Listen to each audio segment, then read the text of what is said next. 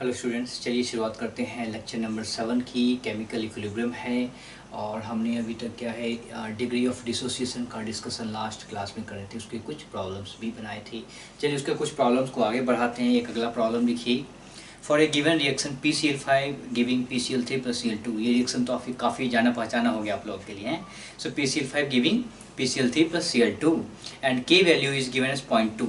K value is given as 0.2। Okay, so calculate volume percent at equilibrium. Calculate volume percent at equilibrium under a total equilibrium pressure. Total equilibrium pressure of 2 atm. Total equilibrium pressure of 2 atm and K is given as Kp. Okay, so Kp मैं बता रहा हूँ कि Kp given है 0.2. So for a given reaction PCl5 giving PCl3 plus Cl2, Kp value is given as 0.2 atm. Calculate volume percent at equilibrium under a total equilibrium pressure of 2 atm. Okay, so problem we have the problem PCl5.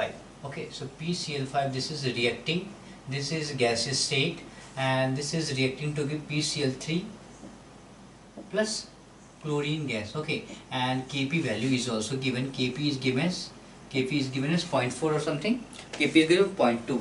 Kp is given as 0.2. Total pressure is also given. This is given as 2 atm, correct? This is given as 2 atm. Okay, so 2 atm given. Okay, what do we have to do is, इन्होंने पूछा क्या है हमसे, total equilibrium pressure इन्होंने given है, पूछा है volume percent. Okay, mole concept का सहारा लेंगे तो आपको पता चलेगा कि volume percent is also equal to mole percent. Volume percent को आप मोल परसेंट के रूप में भी बता सकते हो। यानी कि अगर हम इस प्रश्न में किसी तरीके से मोल परसेंट बता दें, किसी तरीके से मोल परसेंट बता दें तो वही हमारा वॉल्यूम परसेंट भी हो जाएगा। फिर से ध्यान से समझिए कि अगर हम किसी तरीके से मोल परसेंट बता दें तो वही हमारा वॉल्यूम परसेंट भी हो जाएगा। ओके, आपको याद है मैंने बताया होगा मोल कॉन्सेप्ट में कि मोल को, मॉलिक्यूल्स को, वॉल्यूम को इंटरचेंज करके हम उसका यूज़ किया जा सकता है, ठीक है, प्रॉब्लम को सॉल्व करने में। ओके, तो शुरुआत करते हैं। क्या वही प्रोसेस है? At time t is equal to 0, t is equal to 0 पे क्या था? ये 1 था, ये 0 था, ये 0 था। At t is equal to equilibrium पे क्या हो जाएगा बताइए? 1 माइनस अल्फा हो जाएगा, ये अल्फा हो जाएगा, ये अल्फा हो जाएगा। ठीक है, बेसिक तरीका है। ये 1 मोल है, ये 1 मोल है, ये 1 मोल है। आपको क्या पता है? 1 mole of PCl5 giving 1 mole of PCl3Cl2। Okay, और आपको क्या पता चला? What is this? 1 mole PCl5 में कितना रिएक्शन कर रहा है? अल्फा रिएक्शन कर रहा है। 1 मोल में अल्फा PCl5 रिएक्शन कर रहा है। So this is the alpha mole of PCl5 reaction कर रहा है। 1 मोल बनाता है, एक तो अल्फा रिएक्शन करके बनाएगा अल्फा। ठीक है, बचा कितना PCl5? 1 minus alpha. Great. Now what is the total number of moles? 1 minus alpha plus alpha and plus alpha. So what we have here is 1 plus alpha. Okay, this is the total number of moles. This is the total number of moles. Okay, what do we have to find is alpha value. किसी तरीके से अगर alpha value पता चल जाए तो हम मोल percent बता सकते हैं आराम से। नंबर ऑफ मोल्स निकल के आ जाएगा और मोल परसेंट हम बता सकते हैं। क्लियर है? सो किसी तरीके से हमको Kp गिवन है तो Kp का एक्सप्रेशन लिखना है। सो फाइंड आउट, अगला प्रोसीजर क्या था? मोल फ्रैक्शन लिखने का। तो क्या है? 1 minus alpha by 1 plus alpha and this is alpha by 1 plus alpha and this is alpha by 1 plus alpha. Okay, so normal procedure है, हमें पता होना चाहिए। Then this is the partial pressure, क्या है? 1 minus alpha by 1 plus alpha. This is the mole fraction multiply with total pressure. Similarly, alpha by 1 plus alpha multiply with total pressure. And similarly alpha by 1 plus alpha multiply with total pressure. So this is the partial pressure. Put this in equation of Kp. Kp का equation क्या होता है? This is 2 alpha by 1 plus alpha multiply 2 alpha by 1 plus alpha. Sir 2 कहाँ से लाया? 2 is the total pressure. Then again 2 into 1 minus alpha by 1 plus alpha. So this 2 से एक 2 चला गया, 1 प्लस अल्फा से एक 1 अल्फा चला गया, 1 अल्फा नीचे आ गया, 1 alpha plus 1 alpha multiply with 1 minus alpha क्या होता है? a plus B into A minus B, that is a square minus B square. So we are getting, what is this? We are getting 2 alpha square divided by 1 minus alpha square and this is equal to 0.2। Clear है क्या सबको? Okay, इसके बाद इसके बाद क्या समझ में आ रहा है? सिंपल, अगर आपको याद हो PCl5 के लिए जब हम alpha total pressure and KP का एक्सप्रेशन लिखते हैं तो क्या आता है, याद आपको हो जाना चाहिए। इतनी बार हम लोग लिख चुके हैं तो ये चीज़ें याद हो जानी चाहिए। क्या लिखते हैं हम लोग? लिखते हैं कि KP is equal to alpha square into total pressure that is P, alpha square P divided by 1 minus alpha square. ठीक है, 1 माइनस अल्फा स्क्वायर। फिर से बता दो, के पी इज इक्वल टू क्या हो जाता है, alpha square into P divided by 1 minus alpha square. So यही तो है, alpha square into P divided by 1 minus alpha square is equal to K P. Very simple. Okay, अब क्या है ना, केपी की वैल्यू बहुत ज़्यादा कम है, केपी की वैल्यू बहुत ज़्यादा कम है। इसका क्या मतलब है, क्या मैंने बताया था कि केपी की वैल्यू जो होती है वही डिसाइड करती है कि प्रोडक्ट कितना बनेगा, एक्सटेंट ऑफ प्रोडक्ट क्या होता है। अगर केपी की वैल्यू बहुत ज़्यादा तो प्रोडक्ट की तरफ ज़्यादा बढ़ेंगे, केपी की वैल्यू बहुत कम तो प्रोडक्ट की तरफ नहीं बढ़ पाएंगे, रिएक्टेंट की तरफ ही रह जाएंगे। केपी की वैल्यू बहुत कम लग रही है ना, इसका मतलब क्या है कि इस डायरेक्शन में रिएक्शन ज़्यादा नहीं हो रहा होगा, यानी अल्फा बहुत कम होगा, अल्फा की वैल्यू बहुत ज़्यादा कम होगी। अल्फा की वैल्यू इतनी ज़्यादा कम होगी कि आप 1 के रिस्पेक्ट में उसको आप नेग्लेक्ट कर सकते हो। सर आप यहाँ पे ऐसा क्यों कर रहे हो? अगर आप नेग्लेक्ट नहीं भी करोगे तो आंसर ऑलमोस्ट सिमिलर आएगा। ठीक है, यहाँ पे मैं नेग्लेक्ट इसीलिए कर रहा हूँ क्योंकि यहाँ पे अल्फा की वैल्यू बहुत ही कम आने वाली है, और अल्फा की वैल्यू कम आएगी तो आप क्या कर सकते हो, उसको अल्फा की वैल्यू कम आएगी तो आप उसको आराम से नेग्लेक्ट कर सकते हो, कोई दिक्कत नहीं, कर दो नेग्लेक्ट। अगर नेग्लेक्ट कर दिया तो क्या हो जाएगा बताइए, this is equal to 2 alpha square, इसको 0 कर दिया तो क्या होगा, 2 alpha square by 1, so 2 alpha square equal to 0.2 alpha square, यानी कि अल्फा स्क्वायर क्या हो जाएगा बताइए, 1 2 से this is 0.1, so under root of 0.1 आ गया है, अंडर रूट ऑफ 0.1 आ गया है। अब हम इसको कैसे सॉल्व करें बताइए, इसको ऐसे भी सॉल्व कर सकते हैं 10 बाई 100 अंदर में ही, सो क्या आ जाएगा बताइए, बाहर में 10 आ गया, और अंडर रूट ऑफ 10 क्या होता है बताइए, under root of 10 around 3 point some value, correct, 3 point some value. ठीक है, ये होगा ना, अंडर रूट ऑफ 9 इज 3, 9 से हल्का सा वैल्यू एक्स्ट्रा है, सो क्या है 3.7, let's take 31, so 31 divided by sorry 3 divided by क्या हो जाएगा 10, सो 0.3, सो 0.3 लेट्स 0.31 लिख देता हूँ, सो 31 और दिस अल्फा इज 31%, आप ऐसे भी लिख सकते हो। सो 31% इज द डिसोसिएशन। क्वेश्चन पूछ रहा था कि calculate volume percent, calculate volume percent, सबका वॉल्यूम परसेंट बताना है आपको, सो वॉल्यूम परसेंट बताना है, सो व्हाट इज दिस। अब आप बताइए ये क्या हो गया है, this is now we have let me put in some different colour, this is equal to 0.3 इसको लिया हमने, सो दिस इज 0.7 बचा रह गया, and what is this is आपका कितना 0.3 हो गया, and what is this is आपका 0.3 हो गया है। सो आप मोल परसेंट निकाल लो, मोल परसेंट निकालो, that is equal to volume percent हो जाएगा। ठीक है, इसमें कोई बड़ी बात नहीं है, तो इस तरीके से आप आराम से प्रॉब्लम सॉल्व कर सकते हो। चलिए अगला प्रश्न लिखिए सारे लोग, इन ए 7 litre vessel, in a 7 liter vessel 0.5 mole of H2 and 0.5 mole of I2 reacts at 427 degree centigrade. In a 7 liter vessel 0.5 mole of H2 and 0.5 mole of I2 reacts at 427 degree centigrade. Given that Kc is equal to 49, given that Kc is equal to 49, given that Kc is equal to 49. चलिए, so reaction क्या है, the reaction given is H2 plus I2 giving 2HI. Kc is 49. Okay, so this is what given. Now question number P का question number A है, what is the value of Kp and total pressure in vessel at equilibrium? What is the value of Kp? What is the value of Kp and total pressure in the vessel? Fine, and आपका part B है, what is the partial pressure of each gas, what is the partial pressure of each gas at equilibrium. Okay, so दो problem है, एक की बात करते हैं। सबसे पहले उसने पूछा है what is the value of K P.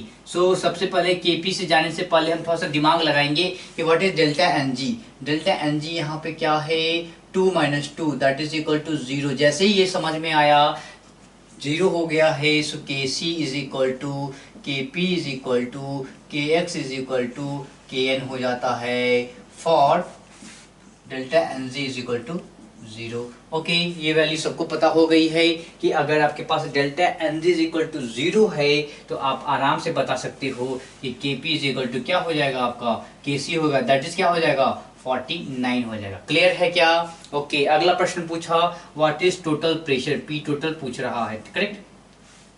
So P total पूछ रहा है और आपको मैं बताऊं दिस 0.5 एंड दिस इज 0.5 0।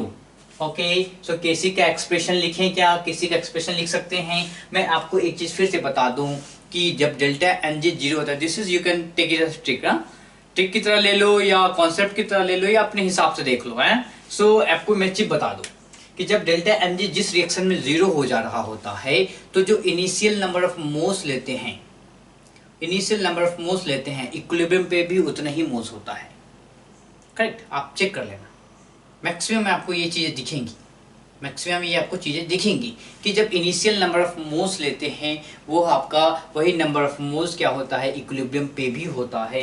अगर आपको समझ में नहीं आया तो उसको यहाँ पे हम प्रूफ कर सकते हैं। सो 0.5 0.5 है, 0.5 this is at t is equal to 0 पे। ओके, इन्होंने क्या बोला, केसी की वैल्यू गिवन है। जब केसी की वैल्यू गिवन है तो क्या हमारे पास वेसल का वेसल की वॉल्यूम भी है, तो हम लोग क्या केसी का एक्सप्रेशन लिख लें। सो केसी का एक्सप्रेशन कैसे लिखेंगे बताइए। लेटेस्ट एक 0.5 में से क्या गया, एक्स रिएक्शन किया होगा। जब इसका एक है तो एक के साथ रिएक्शन करता है, तो इसका एक्स के साथ रिएक्शन करेगा तो 0.5 में से भी एक्स रिएक्शन कर लेगा, सिंपल। ओके, ये 1 मोल 2 बनाता है तो x मोल 2x बनाएगा। This is now still number of moles at equilibrium हमने लिखा है। अगर केसी निकालना है, केसी निकालना है तो क्या हो जाएगा बताइए। केसी निकालना है तो क्या हो जाएगा, केसी निकालने के लिए हमें क्या करना पड़ेगा, एक्सप्रेशन लिखना पड़ेगा। 2x is number of moles divided by 7 that is volume. 0.5 into 2 है ना, सो टू दी पावर 2 होना चाहिए, क्लियर है। उसके बाद 0.5 minus X divided by 7 multiply with 0.5 minus X divided by 7 and that is equal to what is this is 49। So solve कर लेते हैं। यहाँ स्क्वायर है तो ये भी स्क्वायर ही जैसा दिख रहा है ना। So what you can put like this. क्या इसको हम इस तरीके से लिख सकते हैं? जी हाँ, लिख सकते हैं। या अगर आपका मन हो तो क्या हम इसको इस तरीके से लिख सकते हैं, लिख सकते हैं, कोई दिक्कत नहीं है। ये स्क्वायर है, यहाँ पे जाके रूट हो गया, स्क्वायर रूट हो गया। So what you can put, नीचे का साथ कैंसिल हो गया। So 2x by 0.5 minus X is equal to क्या हो 40, दिस इज 7, करेक्ट 7। यहाँ पे स्क्वायर रूट आ गया ना। So what we have is 2x is equal to 3.5 minus 7x and x is equal to क्या हो जाएगा 3.5 divided by 9. Okay, so this value is coming around 0.4. ठीक, 0.4 से हल्का सा 0.39 समथिंग आ जाएगा. So 0.4. So if 0.4 is the x value, what we have number of moles at equilibrium and equilibrium की बात करते हैं. So this is 0.1, this is 0.1 and this is 0.4 into 2 8. Sorry 0.8. So this is the total number of moles. अगर हमको पता करना पड़े 0.8 plus 0.1 plus 0.1 this is again equal to 1 and 0.5 plus 0.5 is equal to 1.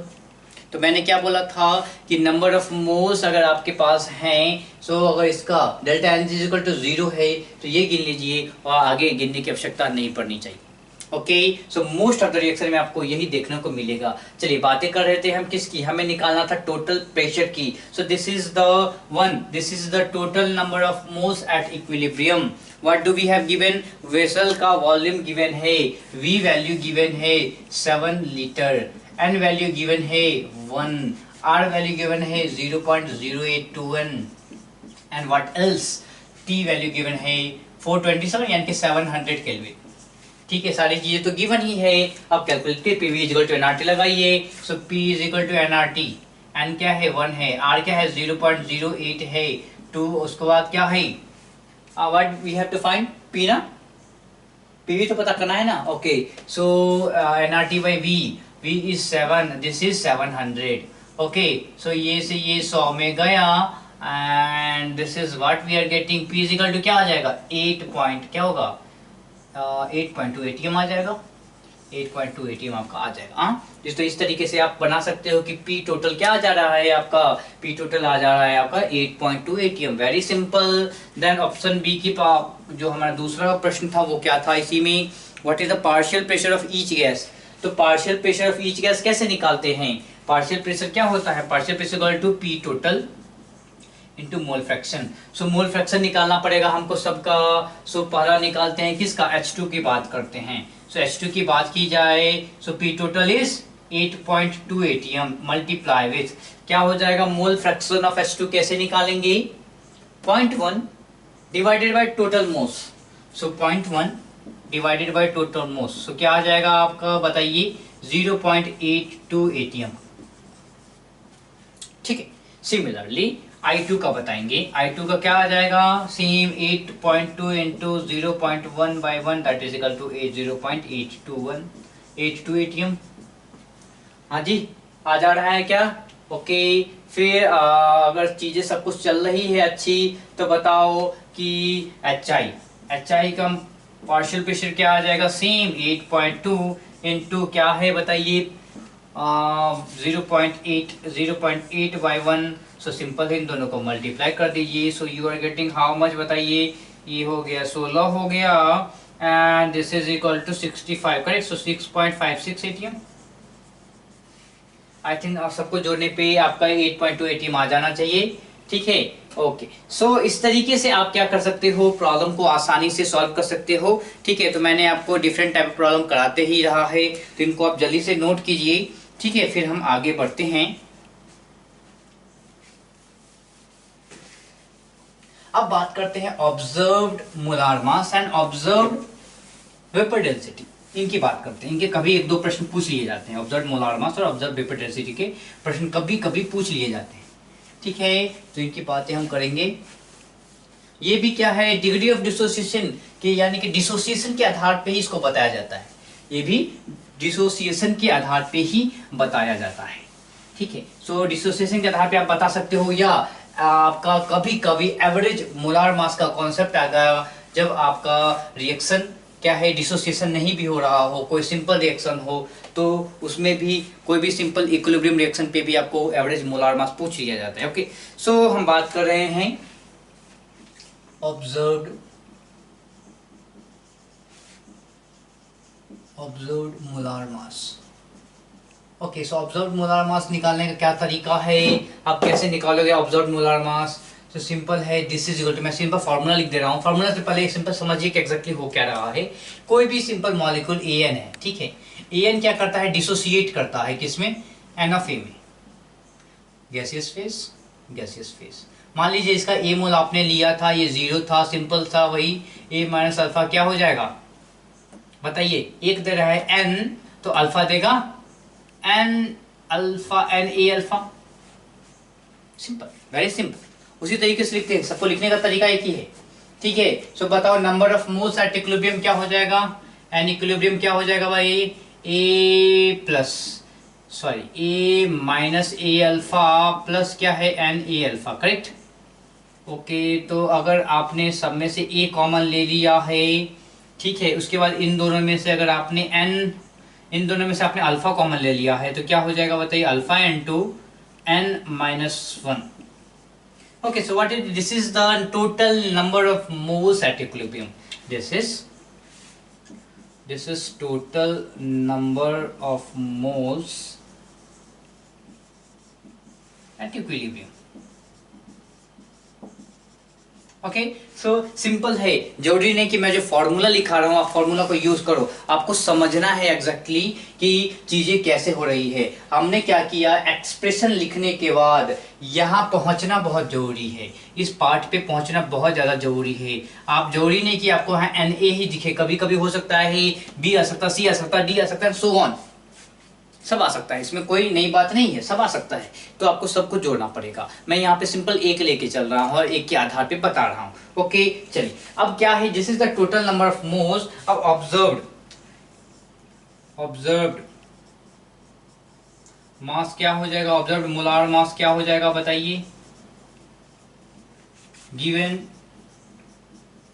Total theoretical mass.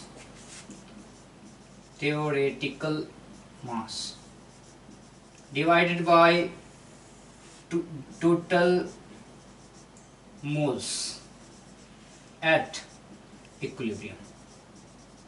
Okay, so given to this is given na, so given total theoretical mass and divided by given total moles at equilibrium. तो what is theoretical mass at theoretical mass कैसे हम पता करेंगे? theoretical mass पता करने का simple सा तरीका क्या है, इसको समझिए. क्या है, मान लीजिए कोई रिएक्शन वेसल था, ठीक है. रिएक्शन वेसल में आपने ए मोल ऑफ क्या है AN डाला, right. A mole of AN डाला at t is equal to 0 पे. अब रिएक्शन स्टार्ट हो जाएगा. तो जब आपने रिएक्शन में क्या ए मोल ऑफ AN डाला, तो व्हाट इज द इस पूरे में मास कितना डाला? A multiply with molar mass of AN. Simple, right? Number of moles into molar mass will give you the total mass. Total mass. Okay. So जब आपने A mole of AN डाला, A mole of AN अंदर में डाला, तो total mass कितना डाला? A multiply with molecular mass of AN. Simple. Okay. अब क्या है, जब आपने रिएक्शन की बात की, रिएक्शन जब शुरू हो जाएगा, तो आप क्या कर रहे हो? ढक्कन तो खोल नहीं रहे हो, आप कंटेनर को क्लोज ही रख रहे हो. कंटेनर को क्लोज ही रख रहे हो. इसका क्या मतलब है कि उस पार्टिकुलर वेसल से कोई भी मॉलिक्यूल बाहर नहीं जा रहा है. उस पार्टिकुलर वेसल में कोई बाहर से मॉलिक्यूल नहीं आ रहा है. इसका क्या मतलब है कि मास कंजर्व है. मास नहीं तो बढ़ेगा नहीं तो घटेगा. इस बात को समझ में आ गया तो हमको क्या समझ में आ सकता है कि चाहे आप इक्विलिब्रियम शुरू हो गया, चाहे इक्विलिब्रियम पहुंच गया, चाहे इक्विलिब्रियम खत्म हो गया, चाहे आप रिएक्शन के बीच में खड़े हैं, चाहे अंत में खड़े हैं, चाहे किसी पॉइंट पे खड़े हैं, टोटल मास पार्टिकुलर इस कंटेनर में कितना होगा? इतना ही होगा. चाहे अभी की बात कीजिए या बाद की बात कीजिए, सो जाइए, रो जाइए, कुछ भी कीजिए, जब तक वो कंटेनर क्लोज है उसके अंदर मास कितना होगा? A into MEN. सिंपल सी बात है, क्योंकि आपने कुछ नहीं किया है, मास को जो कंटेनर को खोला नहीं है, तो ना बाहर से मास आ सकता है ना बाहर मास जा सकता है. So mass remains constant. So what we are getting is A into MEN divided by total moles at equilibrium. कहाँ से लाया था? So this is the total moles at equilibrium. So A into क्या है? Alpha into n minus 1. ठीक है, alpha into n में यही है ना? Alpha into n minus 1. I think we are missing somewhere ना? I think we are missing this one. I think there is something called 1 plus here. Okay, so this is plus 1 here. So what we are, एक से एक cancel हो गया. जब ये cancel हो गया तो बताइए क्या हो जाएगा? ऑब्जर्व्ड मोलार मास क्या हो जाएगा? Observed molar mass is equal to क्या हो जाएगा? बताइए. मोलार मास वाले थ्योरेटिकल मोलार मास, इसको आप थ्योरेटिकल मोलार मास भी बोलते हो, MTH भी बोलते हो. MTH theoretical molar mass by total number of moles. क्या है? Sorry, not total number of moles, this is alpha into n minus 1 plus 1. ठीक है. So this is what we are getting observed molar mass. अब मैं इतने चीज आप बोलोगे सही, क्या क्या क्या क्या समझ में नहीं है? क्या ये फॉर्मूला रटना पड़ेगा? क्या ये फॉर्मूला रटना पड़ेगा? क्या ये फॉर्मूला रटना पड़ेगा? भाई साहब कुछ भी रटना नहीं पड़ेगा. एक सिंपल सा तरीका मैं बता रहा हूँ. सिंपल है. PCl5 gas, PCl3 gas, Cl2 gas. प्रश्न पूछा जाता है कि let's take simple information I can give you. Alpha is equal to let's take 0.4, कुछ भी जगह 0.4 0.5 कुछ भी ले, मैंने 0.4 ले लिया. ओके. सो क्या पूछ रहा है कि इस पार्टिकुलर रिएक्शन में what is the average molar mass, what is the observed molar, both are same. Average molar mass of mixture या observed molar mass of PCl5. ठीक है. तो पूछ रहा है आपसे कि what is the average molar mass of the mixture. क्यों? जब आपने रिएक्शन शुरू करी थी, रिएक्शन जब आपने शुरू करा था तो क्या होगा? 1 मोल होगा. याद है? आप क्या देख रहे हो यहाँ पे? A से A कैंसिल हो जा रहा है, तो कितना मोल लिया उसकी बात नहीं है. कि मोलार मास, एवरेज मोलार मास, मोलार मास मतलब मास ऑफ 1 मोल की बात कर रहे हैं. तो मोलार मास में 1 मोल की बात कीजिए ना. क्यों है ABCD की बात कर रहे हैं? क्योंकि ये तो अंत में कैंसिल हो जा रहा है. ठीक है, तो एक का कोई मतलब है ही नहीं. ओके. जब आप ये क्वेश्चन पूछा कि mass of what is the average molar mass of the mixture, इसको कैसे बताएंगे? सिंपल सा तरीका है 1 0 0 लिखने वाला, 1 माइनस अल्फा लिखा, अल्फा लिखा, अल्फा लिखा। मोल कॉन्सेप्ट अगर आपको थोड़ा सा भी याद हो, what is average molar mass? Average molar mass A M M का concept, total mass of mixture divided by total moles, यही करते थे, टोटल मोल्स। ये बेसिक तरीका था करने का, total mass by total moles. What is average atomic mass? Total mass by क्या था, total mass number of atoms, यही तरीका था। तो ये जो तरीका है यही अप्लाई करना है, ये बेसिक तरीका ही अप्लाई किया जाता है हर जगह, कोई नई चीजें नहीं पढ़ेंगे हम लोग। ओके, सो अब देखिए क्या है, this is the number of moles at equilibrium, find out total number of moles. जरूरी नहीं कि आप ये फॉर्मूला अप्लाई करो, फॉर्मूला अप्लाई करने पे भी आ जाएगा, कोई कंफ्यूजन नहीं है। यहाँ पे बोलोगे सर यहाँ पे an दिया था, तो कोई बात नहीं भैया, यहाँ पे 1 और 2 है, सो क्या है n इज इक्वल टू 2 हो गया है, यहाँ पे क्या है 2 हो गया है, यहाँ पे n इज इक्वल टू 2 डाल देते तो भी वही चीज होता, और यहाँ पे 2 है तो भी वही चीज है। अगर आप 2 डालो क्या हो जाएगा, 2 माइनस 1 2, सो क्या 1 प्लस क्या हो जाएगा बताइए, 2 माइनस 1 1, सो 1 प्लस अल्फा आ रहा है। यहाँ देखते हैं क्या आ जाता है, 1 minus alpha plus alpha, 1 minus alpha plus alpha plus alpha, एक से एक गया सो 1 प्लस अल्फा, तो दोनों जगह 1 प्लस अल्फा ही आ रहा, कोई कंफ्यूजन नहीं है। तो ये बेसिक तरीका है, ये सिंपल तरीका है करने का, टोटल नंबर ऑफ मोल्स निकालने का at equilibrium. Clear? Okay, so what we found, हमने अभी भी क्या पता किया है, ये तरीका निकाल लिया। Okay okay, what we know, this is 208 gram molar mass, this is 137 gram, okay, and this is around 71 gram. जी मैंने मोलार मास सबका लिखा है, क्लोरीन का होता है 35.5, तो हमने मोलार मास कैलकुलेट कर लिया। ओके, अब क्या होता है, अब एवरेज मोलार मास बताओ, AMM बताओ। दो तरीके हैं पता करने का, एक लॉन्ग तरीके से, थोड़ा टाइम लगेगा पर काम का भी नहीं है वो। क्या है वो कि कैसे निकालते थे टोटल मास निकालते थे moles multiply by molar mass, moles multiply by molar mass, moles sorry where is that alpha, moles multiply with molar mass. क्या हो जाएगा, 1 minus alpha into 208 plus alpha into 137 plus alpha into 71। ये तरीका था एक करने का, डिवाइडेड बाय क्या, टोटल मास 1 प्लस अल्फा। फिर अभी मैंने बताया, ये वाला कॉन्सेप्ट बताया कि अगर हमने कोई डब्बा है, इसमें 1 मोल ऑफ PCl5 लिया, यानी कि इसमें 208 ग्राम ऑफ PCl5 लिया। अब आप क्या रिएक्शन को इक्विलिब्रियम पे ले जाइए, क्या ही फर्क पड़ता है, वो 208 ग्राम ही रहेगा, टोटल मास 208 ग्राम ही रहेगा, चाहे आप PCl3 में टूटे, चाहे क्लोरीन में टूटे, चाहे कम टूटे, चाहे ज्यादा टूटे, फर्क नहीं पड़ता है, क्योंकि उस डब्बे से कोई भी एंटिटी, कोई भी मॉलिक्यूल्स, कोई भी एटम्स, कुछ भी बाहर नहीं आ रहा है, कुछ भी अंदर नहीं जा रहा है, तो इस इनिशियल मास है वो हमेशा कांस्टेंट रहेगा। जो हमने पहले का मास लिया तो वो हमेशा उतना ही रहने वाला है, टोटल मास अब उतना ही रहने वाला है, सो टोटल मास उतना ही रहने वाला है, तो इतना ज्यादा बड़ा लिखने की कोई आवश्यकता नहीं है। This is equal to 208 divided by 1 plus alpha. What do we have alpha here, 0.4, so 208 by 1.4 basic calculation है, आप कर लीजिए and you will get the observed molar mass और average molar mass of mixture.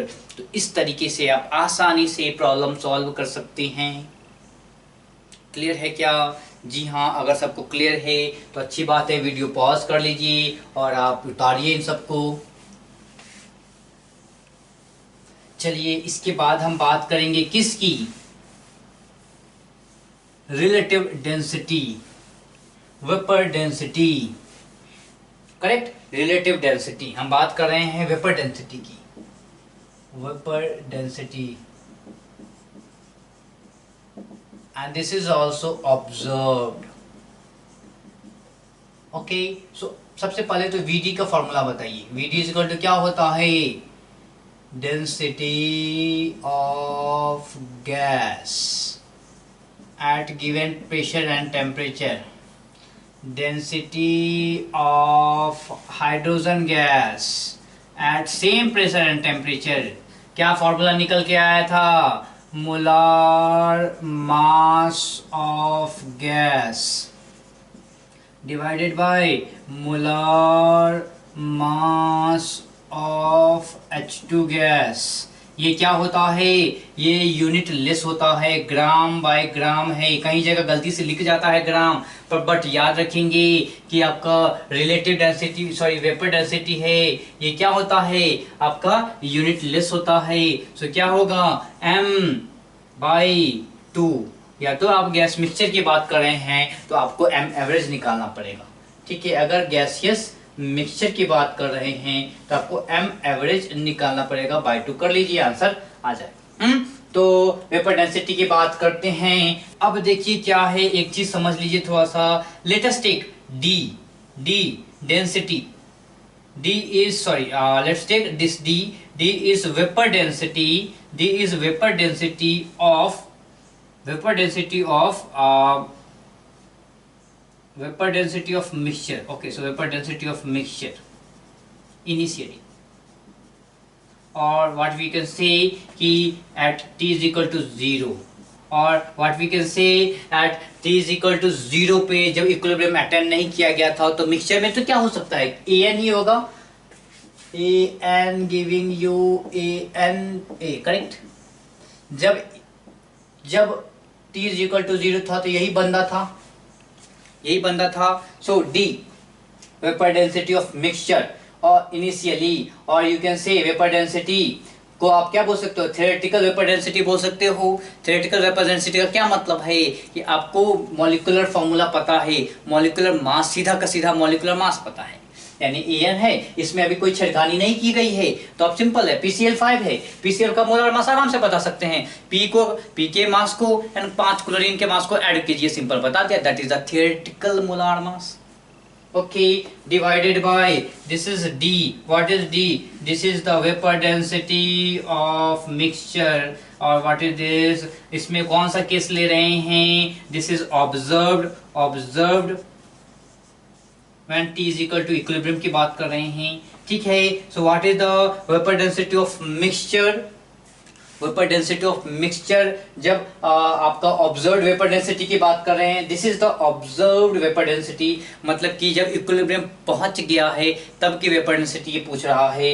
ये equilibrium पहुंचने से पहले t is equal to 0 पे जब रिएक्शन शुरू होने वाला है तब की वेपर डेंसिटी की बात कर रहा है। So what is this, you know this is m average, फिर से अच्छे से लिख दूं मैं आप लोगों के लिए, m एवरेज बाय 2 क्या होता है, Vd होता है, वेपर डेंसिटी होता है। So what is vapour density initially क्या था बताइए, MAN, correct, AN by 2, MAN by 2।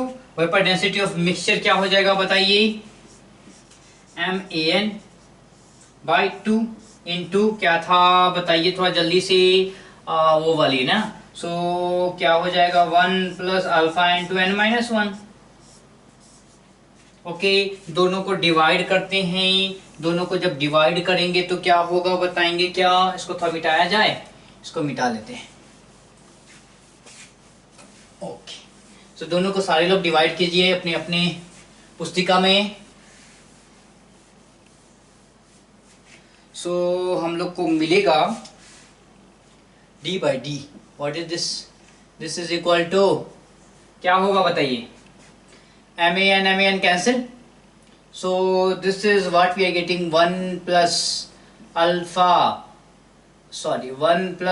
into n minus 1। so ये जो बेसिक फार्मूला है वो भी आपको मिलता है। अगर मैं चाहूंगा कि ये फार्मूला आप लोग याद ना रखो तो भी चलेगा, आप आराम से कैलकुलेट कर सकते हो। वेपर डेंसिटी का क्या मतलब है, vapour density is equal to m average by 2, यही मतलब होता है ना, m एवरेज बाय 2। यानी कि अगर कोई आपसे पूछा वेपर डेंसिटी तो आपको किसी तरीके से ये पता चल जाए तो काम बन जाए, और ये पता चलेगा सिंपल तरीका है। m एवरेज कैसे निकालते हैं, total mass by total moles. Total mass कैसे निकलेगा, जो इनिशियली गिवन था, और टोटल मोल्स कैसे निकलेगा, इक्विलिब्रियम से अल्फा वाला तरीका है, उससे आप आराम से निकाल सकते हो। इसी तरीके से एक प्रश्न लिख लेंगे, vapour density of N2O4, vapour density sorry correct, calculate vapor density of N2O4, vapor density of N2O4 just a minute. Okay, I think problem. Yeah, okay, this is different problem. Huh? So vapor density of N2O4 at certain temperature. Question is vapor density of N2O4 at certain temperature is 30. Vapor density is given as 30. So vapor density of N2O4 at, sorry, this is not N2O4, this is N2O2 mixture. So vapor density of N2O4 mixture at certain temperature is 30. What is the percentage dissociation of N2O4? What is the percentage dissociation of N2O4 at this temperature? So क्या है problem, आपका problem क्या है? N2O4 dissociate कर रहा है किस में? 2 मोल्स ऑफ NO2 में। इस मिक्सचर का वेपर डेंसिटी गिवन है 30, यानी कि मॉलिक्यूलर मास एवरेज गिवन है, क्या हो जाएगा? Vapour density is equal to m/2। So 2 को उधर लाइए, so 60 is the average molar mass. अब थोड़ा सा इनका मोलार मास निकाल लें। दिस इज 64 प्लस 28, क्या हो जाएगा? 2 है 92 gram. And what is this? This is 32 plus 28, क्या हो जाएगा बताइए? 60 ग्राम। ओके, सो 60 ग्राम है। इसका क्या मतलब है बताइए? Is it 32? This is 33, sorry, really sorry, this is 33, really sorry, this is 33। सो 33 है और ये क्या हो जाएगा? तो ये 66 हो जाएगा। और अब देखिए क्या है, एवरेज का मतलब है कि इन बीच में कहीं पे वो रुका हुआ है। मैं आपको 2-3 प्रोसेस बताऊंगा, आगे का कैलकुलेशन धड़ाधड़ आप कर लोगे हैं। कैसे करेंगे? This is 1 0, this is 1 minus alpha 2 alpha, तो क्या हो गया बताइए? इनिशियली 92 ग्राम गिवन था। सेम प्रोसेस, इनिशियली 92 ग्राम गिवन था। क्वेश्चन पूछ रहा है क्या कि परसेंटेज डिसोसिएशन, यानी अल्फा किसी तरीके से बता दीजिए। अल्फा इंटू 100 इज डिसोस परसेंटेज वैल्यू आती है। ओके, उसके बाद क्या है कि किसी तरीके से अगर आप मुझे अल्फा बता दीजिए, काम बन जाएगा। What is total moles? 1 plus alpha is total moles, correct. Okay, so given क्या है बताइए? M average is given 66, this is equal to क्या हो जाएगा? 92 given mass upon total number of moles 1 plus alpha. So क्या, थोड़ा सा calculation करने में हेल्प कीजिए मेरी। This is 66 alpha plus 66 is equal to 92। So alpha is equal to क्या हो जाएगा? 92 divided by 92, so not 92, what is this value? This is 6, this is 2, 26 by 66. Okay, so please calculate it. So alpha value we are getting alpha into क्या हो जाएगा? Percentage की बात कर रहे हो, so 26 by 66 into 100 into 100। तो इस तरीके से आप आसानी से प्रॉब्लम सॉल्व कर सकते हैं। ठीक है, धड़ाधड़ आप इसको छापिए, फिर हम लोग एक अच्छे अगले नए कॉन्सेप्ट पे बढ़ते हैं। ठीक है, चलिए जी।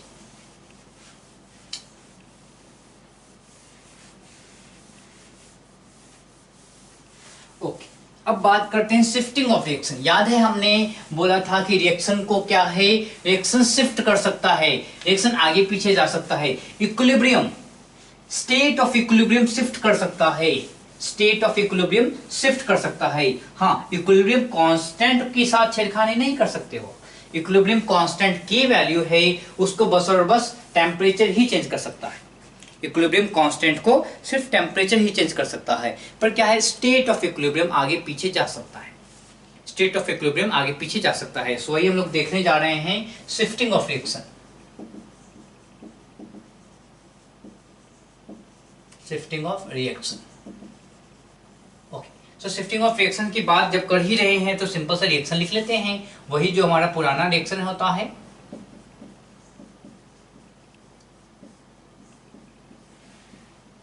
C mole of C plus D mole of D।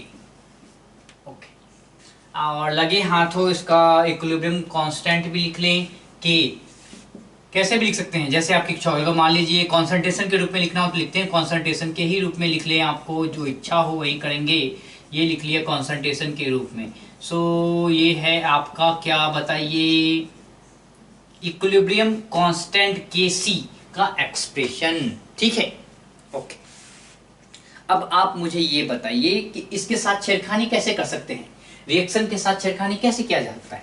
Reaction के साथ छेड़खानी तभी कर सकते हो जब जब आप उसमें प्रेशर का चेंज कर दें, जब आप इसमें कॉन्सेंट्रेशन चेंज कर दें, जब आप रिएक्शन वेसल के साथ वेसल की वॉल्यूम बढ़ा दें घटा दें, ये आप कैटालिस्ट डाल दें, तो क्या है कैटालिस्ट डालेंगे तो क्या रिएक्शन के साथ छेड़खानी होगी, बहुत जल्दी पहुंच जाएगा। ठीक है, कैटालिस्ट के डालेंगे बहुत जल्दी पहुंच जाएगा। पर अगर आप इक्विलिब्रियम स्टेट की बात कर रहे हो तो volume, concentration and temperature and क्या है आपका पार्शियल प्रेशर, ये चार कुछ ऐसे आपके पैरामीटर्स हैं, इनको चेंज करने पे आप स्टेट ऑफ इक्विलिब्रियम को चेंज कर सकते हो, स्टेट ऑफ इक्विलिब्रियम को आप चेंज कर सकते हो। ठीक है, तो क्या हो रहा है, मान लीजिए कि आप क्या करोगे, मानते हैं, मैं पहली बात करता हूं, मैं मान लो कि डी को निकाल दिया, रिएक्शन से डी को निकाल दिया, या थोड़ा सा डी, पूरा डी मत निकाला, थोड़ा सा डी कर दिया, यानी कि डी यहाँ पे था, रिएक्शन इक्विलिब्रियम पहुंच गया था और अब मैंने क्या किया, डी को निकाल दिया, क्या कुछ सम अमाउंट ऑफ डी निकाला है मैंने,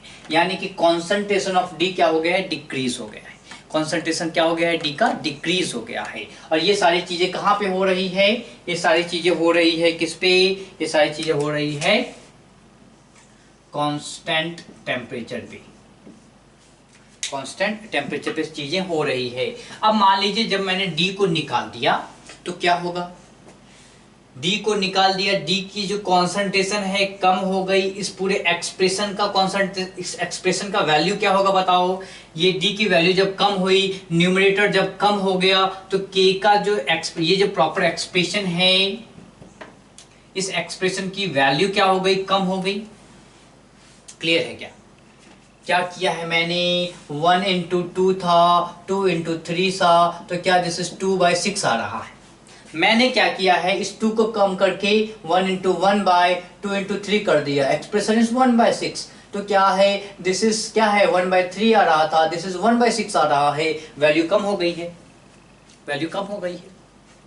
तो आपने क्या किया है, डी के सम अमाउंट ऑफ डी निकाल लिया, सम अमाउंट ऑफ डी निकाल लिया, तो क्या हुआ, इस केसी का वैल्यू डिक्रीज कर गया, केसी की वैल्यू डिक्रीज कर गई। कांस्टेंट टेम्परेचर पे केसी की वैल्यू तो सेम ही जानी थी, हमें बताया, आपने बोल के सर आपने तो बोला था कि टेम्परेचर कांस्टेंट टेम्परेचर पे के की वैल्यू कांस्टेंट रहेगी, आपने डिक्रीज कर दिया, ऐसे कैसे कर दिया। रिएक्शन बोलेगा हाँ भाई बहुत अच्छी बात है, मैं समझ गया हूं आपकी बातें।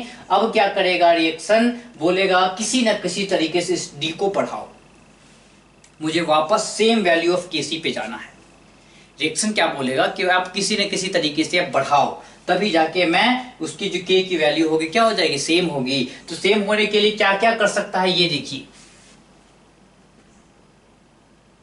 ये 1.3 पहुंचने के लिए 1.6 क्या कर सकता है, 1.6 क्या कर सकता है बताइए, इस 2 को डिक्रीज करके 1 कर दें, यानी कि डिनोमिनेटर को किसी तरीके से कम कर दें। तो जब डिनोमिनेटर को कम करेंगे, डिनोमिनेटर क्या है, ए एंड बी है, ए एंड बी को कम करेंगे वैल्यू को, तो फिर से वो अपने पुराने वैल्यू पे जा सकता है। ऐसी पॉसिबिलिटीज है कि नहीं। इस डी में जो कमी आ गई है उसको, उसकी क्षतिपूर्ति को पूरा करने के लिए ये बंदा ये भी चाहेगा कि हम थोड़ा सा कम हो जाएं, तो बंदा आराम से चला जाएगा। तो क्या होगा कि ए एंड बी क्या होगा, कम होना चाहेगा, तो ए एंड बी रिएक्टेंट है, ए एंड बी कम कैसे होगा, मैं खड़ा रहूंगा, मैं बोला मैं तो नहीं निकाल रहा भैया, अपने हिसाब से देख लो। ए एंड बी को बोलूंगा भैया रिएक्टेंट्स हो, मैं रिएक्शन में छोड़ दिया हूं, मैं कुछ नहीं करूंगा, आप अपने हिसाब से देखो। तो रिएक्शन बोलेगा कि हाँ भैया हमारे पास एक और रास्ता है, क्या, हम दोनों आपस में रिएक्शन करके ज्यादा से ज्यादा डी बनाना शुरू कर देंगे, ज्यादा से ज्यादा सी बनाना शुरू कर देंगे, न्यूमरेटर की वैल्यू बढ़ना शुरू हो जाएगा, केसी वापस से अपने वैल्यू पे आ जाएगा। ठीक है, तो ये करेगा वैसे ही, यानी कि क्या होगा, रिएक्शन क्या करेगा, रिएक्शन ज्यादा से ज्यादा आपका आगे की तरफ बढ़ेगा। तो अगर आप डी रिमूवल ऑफ डी करते हो, रिमूवल ऑफ डी कर रहे हो, तो किसको फॉरवर्ड, किसको ये फेवर कर रहा है, फॉरवर्ड रिएक्शन को, फॉरवर्ड रिएक्शन को फेवर किया है इसने। सबको आई समझ में, नहीं आई तो एक बार फिर से समझिए। क्या समझना है कि जब आपने लेटेस्ट एज्यूम आपने डी को रिएक्शन में से निकाल लिया, सम अमाउंट की बात करें, पूरा का पूरा डी नहीं निकाला, कुछ अमाउंट ऑफ डी निकाल लिया, पूरा भी निकाल लो तो भी वही बात होगी, कोई दिक्कत नहीं है। जब आपने डी को निकाला तो क्या हुआ, ये जो एक्सप्रेशन था इसकी वैल्यू डिक्रीज कर गई, इसकी वैल्यू डिक्रीज कर गई। तो इसकी वैल्यू जब डिक्रीज कर गई तो क्या हुआ, आपको पता है कांस्टेंट टेम्परेचर पे के की वैल्यू तो क्या बदल ही नहीं सकती। तो आपने कैसे बदल दिया, क्या तो आपने जो बदल दिया वो तो गलत काम किया है। तो ये रिएक्शन बोलेगा कि इस क्षतिपूर्ति को पूरा करते हैं, कैसे करेंगे पूरा, रिएक्शन को आगे की तरफ भगाइए। जब रिएक्शन आगे की तरफ भागेगा तो ज्यादा से ज्यादा डी बनना शुरू होगा, डी की वैल्यू थोड़ी सी इंक्रीज होगी, ए एंड बी की वैल्यू थोड़ी सी डिक्रीज होगी, और ये जो टोटल एक्सप्रेशन है वापस से पुराने के वैल्यू में जाना शुरू करेगा। तो क्या होगा, इक्विलिब्रियम शिफ्ट करना शुरू होगा। अब इक्विलिब्रियम उसी कॉन्सेंट्रेशन पे नहीं रहा है, कॉन्सेंट्रेशन चेंज करना शुरू कर गया है। तो इक्विलिब्रियम किधर की तरफ शिफ्ट कर गया है, फॉरवर्ड शिफ्ट कर गया है। ठीक है, आगे बात समझ में। उसी तरीके से मान लीजिए आपने क्या किया, रिमूव किया एक, अब आपने ए को रिमूव किया, ए को रिमूव किया यानी रिएक्टेंट रिमूव किया है। One of the reactants remove कर सकते हैं, दो कर सकते हैं, दो हटा दो कि पूरा का पूरा तो रिएक्शन ही नहीं होगा है, पूरा का पूरा माने दो हटा दो, हाँ तभी रिएक्शन होगा, थोड़ा सा बैकवर्ड रिएक्शन आएगा पर थोड़ा सा लफड़ा हो जाएगा, ऐसा मत करना, ठीक है। हाँ गुड, रिएक्शन तो होगा ही, कोई दिक्कत नहीं है। जब रिमूवल ऑफ ए की बात कर रहे हो तो एग्जैक्टली क्या हो रहा है इसकी बातें करेंगे। जब आपने कुछ अमाउंट ऑफ ए या पूरा ए ठीक है निकाल लिया है रिएक्शन में, तो क्या किया आपने, ये जो वैल्यू थी फिर से के की वैल्यू को डिस्टर्ब की, आपने फिर से रिएक्शन को डिस्टर्ब किया। रिएक्शन को जब डिस्टर्ब किया तो एक नया इक्विलिब्रियम फिर से वो अटेंड करता है। जब भी रिएक्शन को डिस्टर्ब किया जाता है तो वो एक नए इक्विलिब्रियम को अटेंड करता है, स्टेट ऑफ इक्विलिब्रियम को, नए स्टेट ऑफ इक्विलिब्रियम को अटेंड करता है।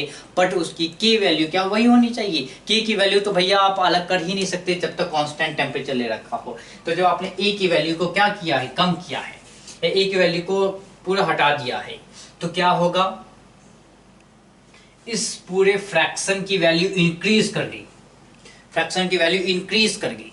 जब फ्रैक्शन की वैल्यू इंक्रीज कर गई तो क्या होगा बताओ, फ्रैक्शन की वैल्यू इंक्रीज कर गई तो केसी बोलेगा ऐसे कैसे काम चलेगा भाई, कैसे काम चलेगा, केसी की वैल्यू को आपने डिस्टर्ब कर दिया, 5 था 5 से आपने 10 कर दिया, तो वो बोलेगा नहीं भैया 10 से काम नहीं चलेगा, मुझे वापस से 5 पे आना है। तो वापस से 5 पे कैसे आएगा वो, वापस से 5 से ये जो टोटल फ्रैक्शन की वैल्यू बढ़ गई है तो वापस से कम कैसे होगा, न्यूमरेटर को कम कर दीजिए, न्यूमरेटर को कम कर दीजिए। न्यूमरेटर को कम कैसे करेंगे, मैं तो न्यूमरेटर में से सी एंड डी को तो मैं तो निकालने वाला नहीं हूँ रिएक्शन से, सी और डी को खुद से कुछ सोचना पड़ेगा। तो सी एंड डी ने बोला कि हम दोनों रिएक्शन करके ज्यादा से ज्यादा रिएक्टेंट बनाते हैं ताकि हमारा कॉन्सेंट्रेशन कम हो जाए और ए एंड बी का कॉन्सेंट्रेशन बढ़ने लगे। ए एंड बी का कॉन्सेंट्रेशन बढ़ेगा तो ये वैल्यू नीचे की वैल्यू बढ़ेगी यानी कि फ्रैक्शन का वैल्यू कम होगा। सिमिलरली सी एंड डी का कॉन्सेंट्रेशन कम होगा तो फ्रैक्शन की वैल्यू कम होगी, यानी रिएक्शन कैसे की तरफ भागेगा, पीछे की तरफ भागेगा, यानी रिएक्शन भागेगा बैकवर्ड, ठीक है। और बैकवर्ड में कहीं जाके वो फिर से इक्विलिब्रियम मेंटेन कर लेगा। तो रिएक्शन शिफ्ट किधर की तरफ हुआ है, इक्विलिब्रियम पोजीशन किधर शिफ्ट किया है, बैकवर्ड शिफ्ट हो गया है। इसमें किसमें शिफ्ट हुआ है, फॉरवर्ड शिफ्ट हो गया है। That's why we are talking about shifting of reaction. क्या है, रिएक्शन शिफ्ट किया जा रहा है। अगर आप कॉन्संट्रेशन या पार्शियल प्रेशर, ठीक है, या नंबर ऑफ मोल्स बदल दे रहे हो, या आप क्या टेम्परेचर बदलोगे, याद है टेम्परेचर बदला था तो हमने देखा था डेल्टा एच वाला जो एक्सप्रेशन था कि क्या है, log of k2 by k1 that is equal to delta h by 2.303 into r multiply with 1 by t1 minus 1 by t2, simple. Okay, so ये बातें हो गई। अब बात करने वाले हैं हम किसकी,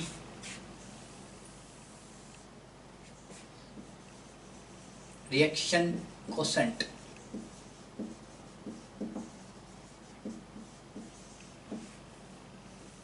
रिएक्शन कोसेंट क्या है, रिएक्शन कोसेंट। सो यही एक तरीका है, इसको बहुत मोस्ट सिस्टमैटिक तरीके से रिएक्शन कोसेंट के रूप में पढ़ते हैं। अब देखिए क्या है, के इक्यू, के इक्विलिब्रियम की बात हम करते हैं बार बार। सो के इक्विलिब्रियम का हम एक्सप्रेशन लिख दिया, के इक्विलिब्रियम का हमने एक्सप्रेशन लिख दिया। तो ये कब होता है, जब आपका टाइम कहाँ पे पहुंच जाए, इक्विलिब्रियम पे पहुंच जाए, टी इक्यू, ठीक। जब स्टेट, जब रिएक्शन इक्विलिब्रियम पे पहुंच जाए तब आप बात करते हो किसकी, रिएक्शन कोसेंट की। ओके, सो अब मान लीजिए कोई सिंपल सा रिएक्शन है, A plus A B all are in gaseous phase please, C and D. तो क्या है ना कि अपने को कैसे पता चलेगा कि रिएक्शन कहाँ से इक्विलिब्रियम पहुंचा, आगे से पहुंचा कि पीछे से पहुंचा, फॉरवर्ड से पहुंचा या बैकवर्ड से पहुंचा, कैसे पता चलेगा, कैसे पता चलेगा? ठीक है, तो उसके लिए आप रिएक्शन कोएफिशिएंट का यूज करते हो। ठीक है, रिएक्शन कोएफिशिएंट बताता है कि आपका रिएक्शन कहाँ है, इक्विलिब्रियम कैसे पहुंचेगा, फॉरवर्ड जाएगा या बैकवर्ड जाएगा। ठीक है, फॉरवर्ड जाएगा या बैकवर्ड जाएगा, वो बताने का एक तरीका है रिएक्शन कोएफिशिएंट से। What is reaction coefficient? Same होता है इक्विलिब्रियम कांस्टेंट की तरह, सॉरी इक्विलिब्रियम कांस्टेंट की तरह। So what is this? This is same activity of C to the power C, activity of D to the power D, activity of A to the power A, and activity of B to the power B, but not at equilibrium. Equilibrium पे नहीं, equilibrium छोड़ के कहीं भी लिख लीजिए आप। ठीक है, इक्विलिब्रियम छोड़ के आप T1 2 3 4 5 इक्विलिब्रियम पे नहीं लिखना है, अंत तक अनंत कालों तक इसको लिखते चले जाइए। ठीक है, सो इक्विलिब्रियम छोड़ के हर जगह पे अगर आप लिखना चाहो सो उस जगह पे आप क्या है कॉन्संट्रेशन, ऐसा थोड़ी कि कॉन्संट्रेशन नहीं होगा। T = 0 पे भी कॉन्संट्रेशन होता है, T = इन्फिनिटी पे भी कॉन्संट्रेशन होता है, T = 5 पे भी कुछ कॉन्संट्रेशन हुआ होगा, T = 10 सेकेंड पे भी कुछ हुआ होगा। ठीक है, सो क्या है आप चाहो तो इक्विलिब्रियम कांस्टेंट, जो रिएक्शन कोएफिशिएंट है इक्विलिब्रियम कांस्टेंट की जगह आपके रिएक्शन कोएफिशिएंट को यूज कीजिए और उसके आधार पे आप बता सकते हो। सो हमारे पास दो चीजें आ गई, एक Q है एक K है, दोनों क्या है, दोनों का लिखने का तरीका कि एक ही है। ठीक है, तो अब क्या हो सकता है, ऐसे समझिए ये कोई रिएक्शन है, यहाँ पे आपका KAQ है और हर जगह आपका क्या है Q है, Q है। यहां से क्या पॉसिबिलिटीज वैल्यू ऑफ K आ सकती है या Q आ सकती है? पहला, Q can be less than KEQ। दूसरा, Q can be greater than KEQ। और तीसरा, Q can be equal to KEQ। सारी वैल्यूज आ सकती है, पॉसिबल वैल्यूज ऑफ Q आ सकती है। तीनों को डिस्कस करते हैं आराम से। हाँ ओके, सो तीनों को आराम से डिस्कस करते हैं और आज का लेक्चर यहीं हम खत्म करेंगे। ज़्यादा हो जाएगा नहीं तो आप लोग बोलोगे कि सर इतना क्यों पढ़ाने लग गए। हाँ, नहीं सीखना मुझे हर चीज़, पर याद रखिए ये सारी चीज़ें समझना बहुत ज़रूरी है। सबसे पहले बात करते हैं पहला वाला, Q is less than K की। Okay, Q less than K है, इसका क्या मतलब है कि ये जो है ऐसा है, this is Q, this is K, this is Q, this is K। Okay, so इस केस में क्या हो रहा है, सिंपल सा Q की बात करते हैं। वो जो एक्सप्रेशन है वो लिखते हैं, Q इज इक्वल टू क्या हो जाएगा, कॉन्सेंट्रेशन लिख लेते हैं। So this is C to the power C, D to the power D, A to the power A, B to the power B।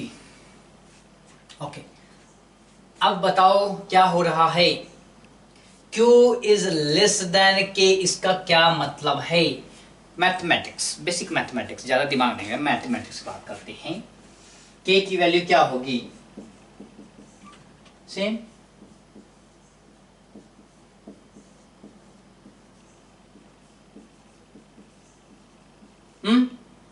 Same है, but all are at equilibrium. ठीक है, मैं लिख देता हूं ताकि आपको थोड़ा सा कंफ्यूजन ना हो। ये इक्विलिब्रियम के कॉन्सेंट्रेशन है, कॉन्सेंट्रेशन एट इक्विलिब्रियम है। ओके, सो मैंने कॉन्सेंट्रेशन में इक्विलिब्रियम लिख दिया है। ओके, सो ओके, अब देखिए क्या है, ये वैल्यू इससे छोटी है, इसका क्या क्या मतलब हो सकता है, ये फ्रैक्शन इस फ्रैक्शन से छोटा है। इसका और क्या मतलब हो सकता है, इसका न्यूमरेटर इसके न्यूमरेटर से छोटा हो सकता है, न्यूमरेटर इसके न्यूमरेटर से छोटा हो सकता है। ठीक है, तो न्यूमरेटर इसके न्यूमरेटर से छोटा हो सकता है, तो इसको इसके तरफ बढ़ने के लिए क्या करना पड़ेगा, न्यूमरेटर को बढ़ाना पड़ सकता है। न्यूमरेटर को बढ़ाइए और ये वैल्यू पाइए, या क्या है, इसका जो डिनोमिनेटर है इसके डिनोमिनेटर से बड़ा हो सकता है, इसका जो डिनोमिनेटर है इसके डिनोमिनेटर से बड़ा हो सकता है। ठीक है, तो डिनोमिनेटर घटाइए और ये वैल्यू पाइए। ठीक है, तो इस पूरे फ्रैक्शन को क्या है, वैल्यू को कम हो, इस पूरे फ्रैक्शन की वैल्यू को बढ़ना है, पूरे फ्रैक्शन की वैल्यू को बढ़ना है। तो इस पूरे फ्रैक्शन को बढ़ाने के लिए क्या कर सकते हैं, या तो आप न्यूमरेटर को कम कर दीजिए, सॉरी न्यूमरेटर को बढ़ा दीजिए, या आप डिनोमिनेटर को कम कर दीजिए, या दोनों कीजिए। करेक्ट, दोनों काम कर सकते हैं। तो अगर आप क्या कर रहे हो, ए बी के कॉन्सेंट्रेशन को कम कर रहे हो, ए और बी के कॉन्सेंट्रेशन को कम कर रहे हो, तभी हो सकता है जब ये दोनों बंदा रिएक्शन करके ज्यादा से ज्यादा सी और डी बनाना शुरू करे, यानी कि ज्यादा से ज्यादा क्या हो जाए, ए और बी ज्यादा से ज्यादा कम हो जाए, कॉन्सेंट्रेशन कम हो जाए इन दोनों का, और कम होके इतना पहुंच जाए, या इन दोनों का कॉन्सेंट्रेशन बढ़ जाए और इतना पहुंच जाए। ये तब हो सकता है जब ए और बी रिएक्शन करके सी और डी बनाना शुरू कर सकते हैं। तो ज्यादा से ज्यादा ए एंड बी अब रिएक्शन करना शुरू कर गए हैं, यानी कि अगर ये वैल्यू है, क्यू की वैल्यू के से जब कम होती है तो रिएक्शन कहाँ बढ़ता है, फॉरवर्ड बढ़ता है।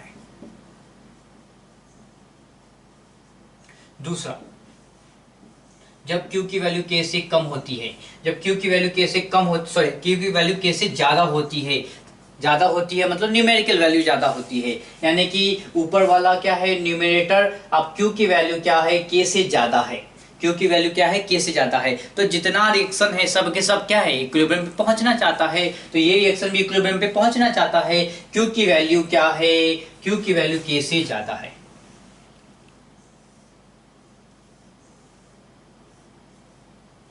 Q की वैल्यू K से ज्यादा है, तो क्या होगा, आप चाहिए Q चाहेगा कि हम K पहुंचे, सारा रिएक्शन चाहता है कि इक्विलिब्रियम पे पहुंचे, तो ठीक है भैया इक्विलिब्रियम पे पहुंचा देंगे। उसके लिए क्या करना पड़ेगा, इस वैल्यू को, टोटल वैल्यू को डिक्रीज होना पड़ेगा। कैसे डिक्रीज करेंगे, या तो इन दोनों को डिक्रीज कीजिए, न्यूमरेटर को डिक्रीज कीजिए, नहीं तो डिनोमिनेटर को इंक्रीज कीजिए। तो अगर आप न्यूमरेटर को डिक्रीज करोगे या डिनोमिनेटर इंक्रीज करोगे या दोनों करोगे तो क्या होगा, न्यूमरेटर यानी सी एंड डी को डिक्रीज करना मतलब इन दोनों को रिएक्शन करवाइए और ये बनाइए, या इन दोनों को ज्यादा से ज्यादा इन दोनों का फॉर्मेशन करिए। तो यही है कि रिएक्शन क्या आएगा आपका, बैकवर्ड आ जाएगा। क्या आ जाएगा रिएक्शन आपका, बैकवर्ड रिएक्शन आ जाएगा।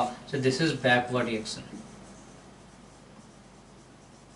backward reaction. And the third, last but not the least, Q is equal to K। इसका क्या मतलब है कि ऑलरेडी आपका रिएक्शन क्या है, ऑलरेडी रिएक्शन रीच्ड इक्विलिब्रियम, तो इक्विलिब्रियम ऑलरेडी वो पहुंच चुका है। ठीक है, तो वो ऑलरेडी रिएक्शन इक्विलिब्रियम पे पहुंच चुका है। तो अभी अभी हमने क्या देखा, इक्विलिब्रियम शिफ्ट आगे पीछे कर रहा है। ठीक है, इक्विलिब्रियम आगे पीछे शिफ्ट कर रहा है। अब क्या है, आगे चल के अगले क्लास में हम लोग ली चैटलियर्स प्रिंसिपल पढ़ेंगे। उसमें क्या है, जो इक्विलिब्रियम शिफ्ट हो रहा है उसका क्या प्रभाव पड़ता है, और कितने अलग अलग प्रकार के हमारे तरीके हैं जिससे इक्विलिब्रियम शिफ्ट किया जा सकता है। और इक्विलिब्रियम शिफ्ट करने के बाद रिएक्शन पे हम देखेंगे कि प्रोडक्ट जो है और उसके जो एप्लीकेशन है। ठीक है, रिएक्शन पे जो रिएक्शन को जो इसके ली चैटलियर्स क्या है, दैट्स एप्लीकेशन, एक तरीका है बताने का जब रिएक्शन शिफ्ट करता है तो हमें क्या फायदा होगा, रिएक्शन शिफ्ट करने का हमें क्या फायदा होगा, या अगर हमने कंडीशन जान लिया कि रिएक्शन शिफ्ट हो सकते हैं तो उससे किस तरीके से आप उसका उपयोग करो आप इंडस्ट्रियल स्केल पे। ये सारी चीजें ली चैटलियर्स प्रिंसिपल में भी जानेंगे। उसके अलावा 2-3 प्रॉब्लम्स हैं उसके आधार पे जो आपकी बार बार रिपीट करते हैं नीट में, उसको भी हम लोग देखेंगे। ठीक है, तो इस लेक्चर को यहीं समाप्त करते हैं। Thank you very much.